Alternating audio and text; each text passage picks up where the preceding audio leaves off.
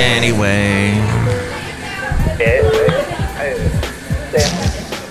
Mike's Daily Podcast. Welcome to Mike's Daily Podcast. My name is Mike Matthews. This is a wonderful podcast for you to listen to today because Mike's Daily Podcast. I have an accent all of a sudden. No, I don't. I'm back to my Mike Matthews accent. I grew up in California and I can't really detect an accent, but oh my god, maybe I do because I grew up in the San Fernando Valley. Oh my god. And I used to ride my bike to the Sherman Oaks Galleria. And that was the most fun Mike's Daily Podcast you could have actually you could just go ride your bike down to Disney Studios. Mike's Back then Daily they were pretty boring looking. Podcast. Now they got all the cool Yeah. architecture and whatnot. But back then it was not so much. So my point is that growing up as a kid, you went to the Sherman Oaks Galleria, and then there was this cool little, and it's still there, it's like a miniature golf place just down the street. And they had so many video games. And back in the 70s and 80s, the video games were starting to take off and people were just spending all their quarters there.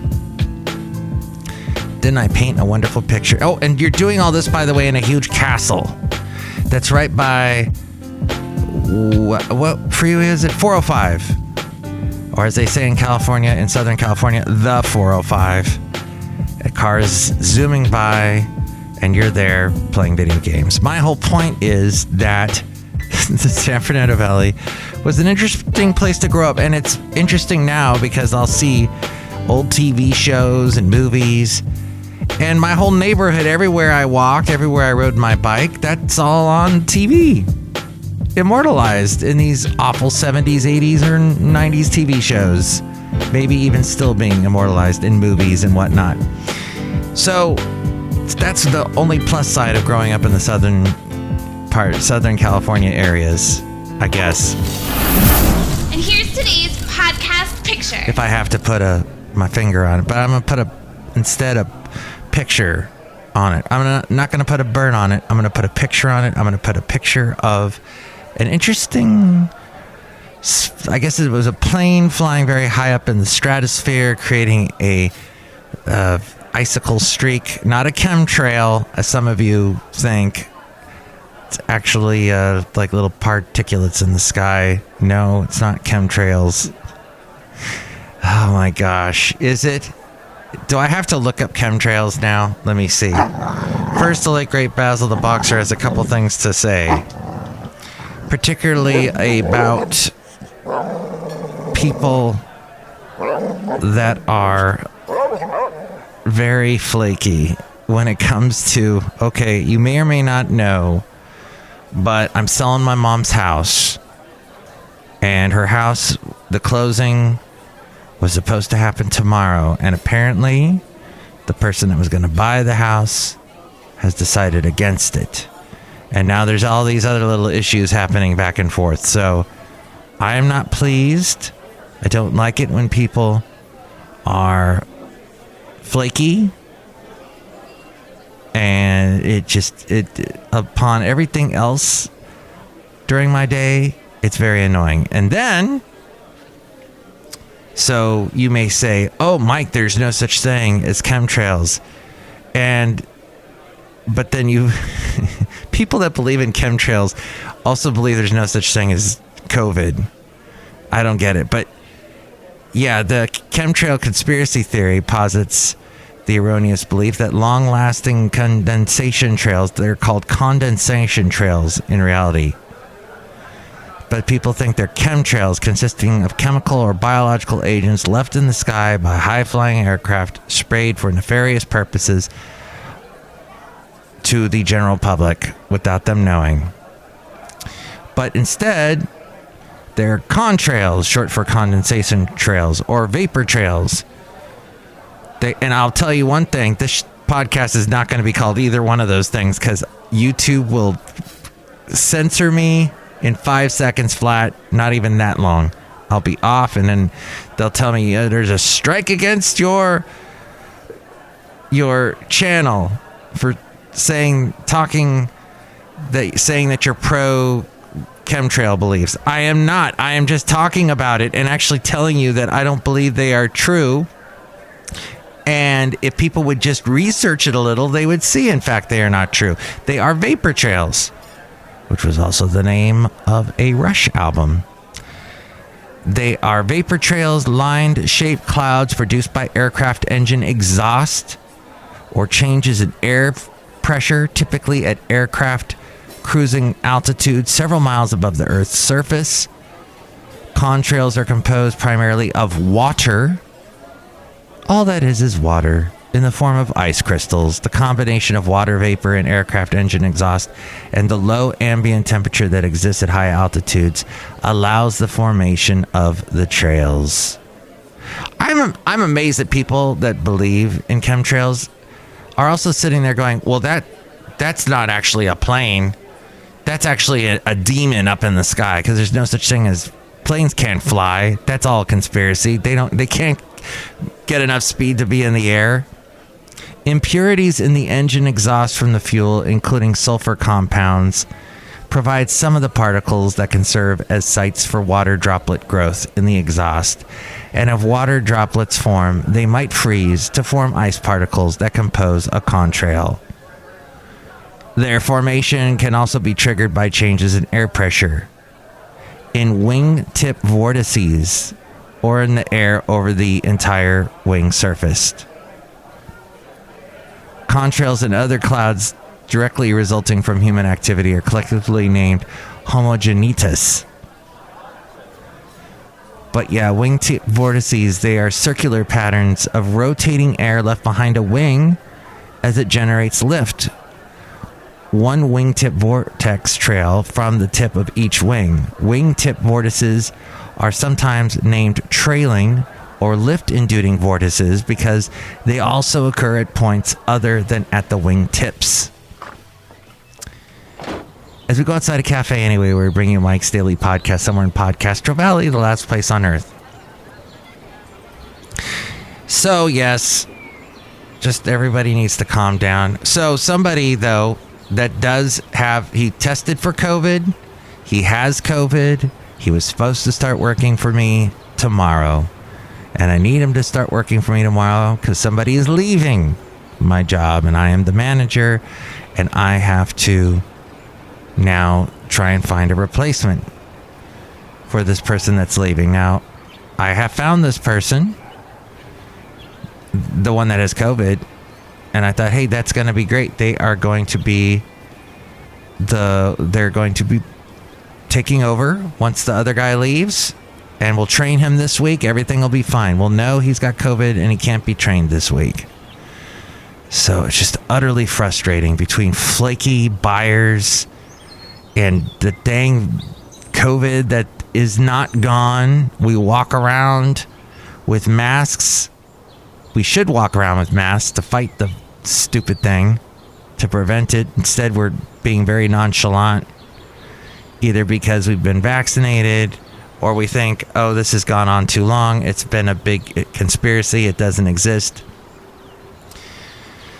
But at any rate, I had to deal with that today. So as you can tell by my voice, I'm extremely tired and impatient. But I'm happy to hear about this. The U.S. House today passed a bill to prevent gasoline price gouging without a single Republican vote in favor. If I was a Republican politician, that is, I would probably have voted for this because I am very upset with price gouging, and I see that these gas prices happening these days is in part due to some gouging. The bill, sponsored by Republican Kim Schreier, Representative Kim Schreier, who is a Democrat from Washington, and Katie Porter from California, also Democrat, would make it illegal to sell gas at an excessive price during an emergency, an energy emergency. House Republican Whip Steve Scalise wrote to Republican members that the bill was, quote, an attempt by the majority to distract and shift blame for high gas prices because they just want to blame the Prez. Scalise wrote that there was no evidence of price gouging, gas price gouging. The Consumer Price Gouging Prevention Act of 2022 would give the president the power to issue an emergency declaration that would make it unlawful to hike gasoline and home energy prices in an excessive or exploitive manner. That sounds like a really good idea. I mean, it is just getting so bad. Something has to be done. I would have voted for it. I would have said, even if I was a Republican representative, I would have said, yeah, no, that's a good idea. What? I'm not going to get reelected? Oh, boo-hoo. Boo-hoo. Market and analysts have said that Russia's Ukraine invasion and the pandemic recovery are the primary drivers of higher gas prices. Yeah, we're recovering. We're getting out there and driving more. But guess what? We're also getting COVID more, as I have been telling you, because the guy that was supposed to start tomorrow, he's got COVID. So he's out for 2 weeks. There's a guy at work. His wife and son both got COVID. He did not. But they got COVID, so he had to quarantine at home. Somebody else at work got COVID. He had to be out for 2 weeks. Actually had a bit of a cough. He said it left, it came back. It wasn't too bad because he was vaccinated. Another person I know from work got COVID, was out for 2 weeks. The first week was heck. Actually, yeah, he thought, the first day he thought, oh, it's not so bad. Then the next day it got really bad. Then it cleared up a little bit, and he tried to take a test, thinking, oh, I'll take the test, I'll pass it, and I'll go back to work. He failed the test, and then it got bad, really bad. And this kid is like 30-something, and it hit him hard. So don't be thinking it's not and he was vaccinated. It is there. It is there, and it is not as big a story now. Although I did hear something, one of the local news radio stations said that it is starting to become more because of all the variants. It's becoming more of a problem. President Biden, by the way, ordered the release of 1 million barrels of oil a day from the strategic reserve in an effort to lower gas prices at the pump. But they still keep going up. And I have been able to find cheap gas in the East Bay, but it is getting tougher and tougher to find because even those cheap gas places are climbing ever so close to $6, and it's getting more and more difficult. All right, so very frustrated with flaky people. Not saying that the person that had COVID is flaky. Probably should have wore his mask a little bit more, but who am I to say? But I do know with that other situation I was telling you about, definitely flaky people involved. There are ways to help you improve your relationship with flaky people. Watch for flaky behavior. By the way, let me just posit that what I just told about the gas bill, and that passed today against gas gouging, that came from MSN. And I want to say that was UPI that had that story. So that's what, yeah, UPI News. Doug Cunningham wrote that. And then the thing about the chemtrails actually being contrails, not chemtrails, they're called contrails. And there's no conspiracy about that. That was from Wikipedia. So take it with what you believe about Wikipedia. I know, it's not true. Wikipedia, none of it's true. Well, you go look at Wikipedia, and I'm sure you're going to find a lot of truth. So take that with a grain of salt, I guess. But yes, see how often flaky people cancel their plans. See if it's a habit. Getting frequently canceled on is super frustrating. You'll probably notice this behavior first. It's common for people who are flaky to cancel plans often, sometimes at the last minute. Consider how frequently the person backs out on plans to see if they might be flaky. So first you go, okay, this person's flaky. pretty obvious. Pretty obvious if they arrive late. They're probably flaky or don't really care, or time is more of a fluid thing to them, and that can be annoying. Pay attention to how long it takes for them to return calls and texts.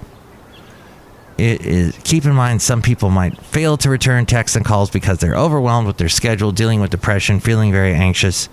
Try not to assume the worst about people who aren't returning your texts and calls. But if they do that constantly, yeah, you can pretty much say they're flaky. Watch for signs that they struggle with their responsibilities. Pay attention if they forget important things. Notice if they often promise more they can deliver. Watch for unpredictable behavior. And notice if they often engage in risky behavior with drugs, alcohol, spending too much money, driving too fast. Now, how do you deal with them? Show compassion, because they might have a deeper issue. Sometimes people seem flaky because they have a condition like depression, anxiety, or ADHD. They may have trouble staying organized, might live a very busy or chaotic life. While their behavior may be unfair to you, they aren't doing it to be hurtful. Try to be understanding about the deeper reasons for their behavior. Don't try to diagnose someone with a mental health condition. Just understand that it's possible that the person has an underlying reason for acting the way they do. You can talk to the person about the specific behavior that bothers you. You deserve to feel respected and shouldn't have to carry someone else's weight. When your flaky person does something that hurts you, tell them what they did and how it made you feel. Then talk about ways they might improve their behavior going forward. Work around their flakiness so it's less of a problem. Like creating padding in your schedule so they can be late. Plan an activity that you can do while you wait for them.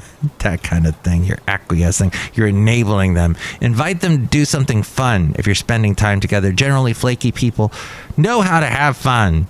They're often spontaneous and impulsive, so they can help you have new adventures. So take advantage of these traits. Letting them create a good time for you. Let them experience the consequences of ignoring their responsibilities. As an example, let's say your roommate left their clothes in the hallway. Don't pick them up. Leave the clothes there until they come and get them. Give them time to grow into the responsibility if possible. Show appreciation when they follow through on something. The best way to help your flaky person improve their behavior is to reward them when they do something well. When they arrive on time, keep plans, or remember something important, tell them that you really appreciate their effort. This may encourage them to do things more often, to do the right things. And that's all from WikiHow, wikihow.com. Speaking of mental health issues, that's what Selena Gomez was doing at the White House. She is a strong proponent of therapy and taking social media breaks for her mental health. She explains that there is an untapped power in discussing mental health as a community. She says, I heard a phrase actually recently that I really like, which is mentionable because, that I really like. Here it is. Here's the phrase. Here's the phrase. The phrase that pays. Here we go. And I say that because I've spent much too long in the radio world. If you say the phrase that pays, it could win $10,000. Here we go. Ready? Here's the phrase. Mentionable becomes manageable. Just throw in a little bit of my journey. I felt like once I found out that what was going on mentally, I found that there was more freedom for me to be okay with what I had because I was learning about it. Bringing attention to mental health through media or just by talking about your own journey can help. It sets the example that it's a topic that can and should be discussed freely and without shame. That's why an event like this, especially in a place like this, is so important at the White House. Gomez, who has openly commented on her personal experiences with depression, anxiety, and bipolar disorder in the past, launched Wondermind, a platform intended to destigmatize and democratize mental health. She says mental health is very personal for me, and I hope that by using my platform to share my own story and by working with incredible people, I can help others feel less alone and find that help that they need, which is honestly all I want. And outside a cafe anyway, somewhere in Podcastro Valley, that was from Yahoo, by the way. I got that story. They're outside. Look who's here right now. Cafe anyway, somewhere in Podcastro Valley, the last place on earth. Hi, Mike. It's Benita the Rodeo Queen. How's y'all doing? That's a disgruntled fiddle player. Tell you what. What? I hate flaky people, and you know what? If they don't bring along something flaky, like a delicious croissant, then I don't want to talk to them. Tell you what. What? That's what I think. Okay. Excellent. Look who else is here. Hello, Mike. I made the delicious root beer. Have some right now, or I will cut you. Well, that's very nice of you. Thank you. You are very welcome. Okay, I'm going to drink it. Oh, delish. Very good. That doesn't have the COVID in it, does it? No, it doesn't. Okay, all right, bye. That's good. Benita, you got to go too? Yeah, I got to go. Bye. How about you, Disgruntled Fiddle Player? No, I'll stay. Listen, I just want to say, in this world, this brutal, brutal world, that podcasting is fun to do after a brutal, brutal day. I'm telling you this whole thing of what's causing gas prices to go up, the need for gas after the pandemic, even though the pandemic, we are nowhere near after the pandemic. But the fact there are so many cars, there are just so many cars on the road. It is crazy. I drive home usually in the 6 o'clock hour, sometimes the 7 o'clock hour. And partly why I've been able to do a podcast the past couple of days is because I've been driving a little bit later. And I before the pandemic, I took BART all the time. I liked the fact that I saved money on gas, but I did not like the fact that I had to deal with some really crazy, stupid people on the BART. And I don't mean that. I know there's some people with mental issues on the BART that, well, let's just say some of them, you leave them alone. They're going through their thing, and you can't leave alone because they're not leaving you alone, and they're pulling you into their world. And after a long, long day, I just don't want to deal with that. And BART doesn't seem to care. BART really doesn't seem to care. They've let so many crazy things happen. The drivers don't care. The drivers of the BART trains. Nobody really cares at BART. I'm not a fan. So I have not been using BART. Probably won't use BART for quite a while. And thusly, I drive and get stuck in traffic. And this another coworker, I've got a lot of coworkers. They got rear-ended, and it's terrible. But yet, what in the Bay Area, we need a better public transportation system, one that cares, one that takes the next step to make it actually enjoyable to ride. It's not. I wanted it to be enjoyable to ride. I lived in Alabama for 2 years, did not have the best public transportation system in Huntsville. When I lived in Ventura, did not have the best public transportation either. But this is it's horrible in the Bay Area. Just terrible. Well, so what's the change? So something's going to happen where at some point, maybe people are just going to stop driving. Maybe people are going to tell their bosses, you know what, forget that. Forget what you're saying. I'm going to work from home again. Maybe the pandemic needs to come. Maybe it needs to get worse. Maybe people need to have more COVID. This needs to explode more. So we go back to 2020, where everybody was at home again. And remember how cheap gas was then? It dropped quite a bit.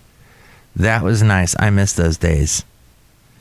And I said that back at the time. I'm like, this pandemic is horrible, but I love the fact and I was able to drive because, they told you to stay off the roads.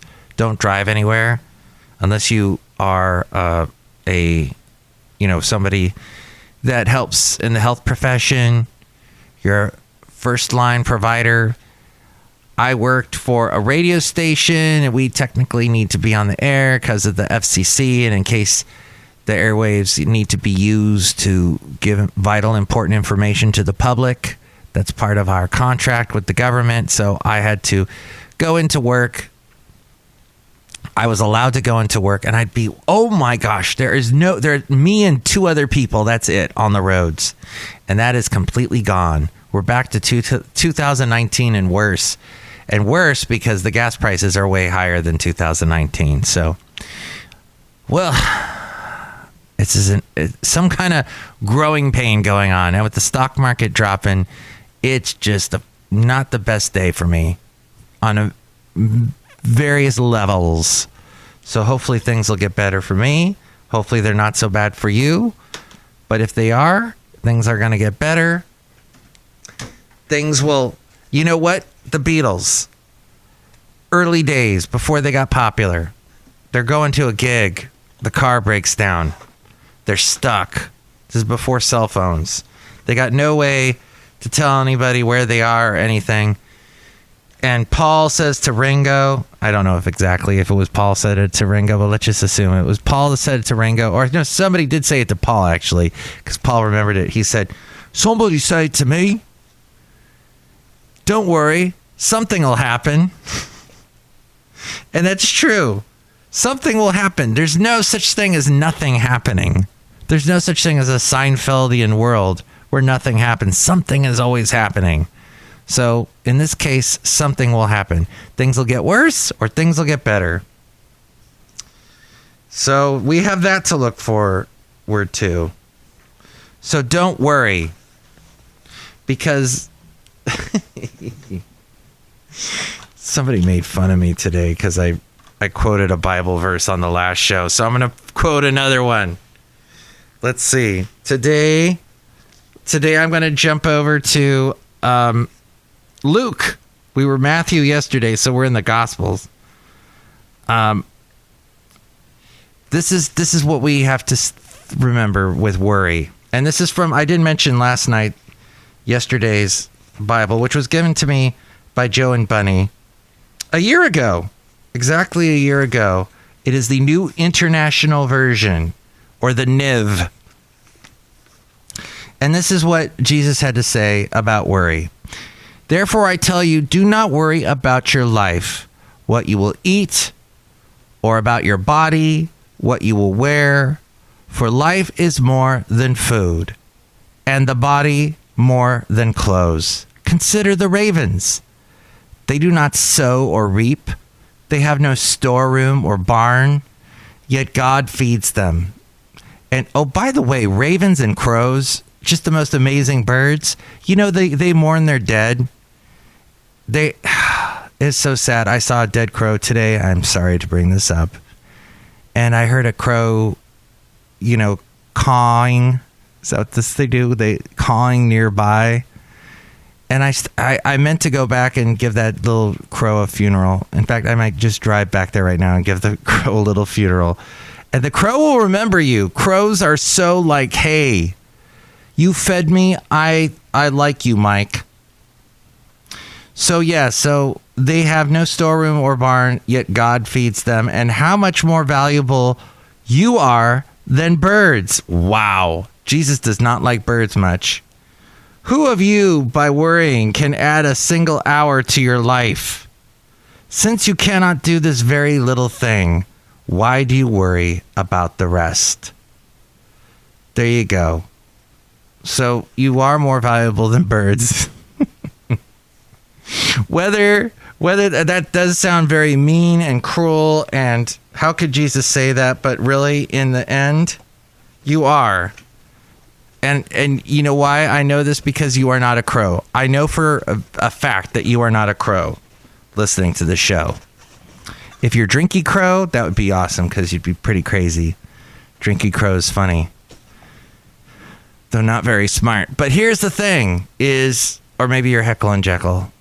But the thing is you're important. So things will happen. If you're in a religious frame of mind, you've got somebody up above that considers you important, more important than ravens. Quote the raven, nevermore. Here, I'm just going to wrap up the show by saying if you would like to comment on that, you can call me 336mm daily. That's 3 + 3 = 6. MM as in Mike Matthews. Daily as in what this podcast has been for a couple of days. Call now. 336MM daily. Or you can email me, mikesdailypodcast@gmail.com. Look at that. We went a half hour today. Time to wrap it up. With more info on how to reach me, it's A-Frame. Mike's Daily Podcast is written and produced and performed by Mike Matthews. His podcast is super easy to find. Download or listen to his show and read his blog at mikesdailypodcast.com. Email Mike now at mikesdailypodcast@gmail.com. See you tomorrow. And Bye. that was episode 2436, 2436. Catch all the past podcasts at mikesdailypodcast.com.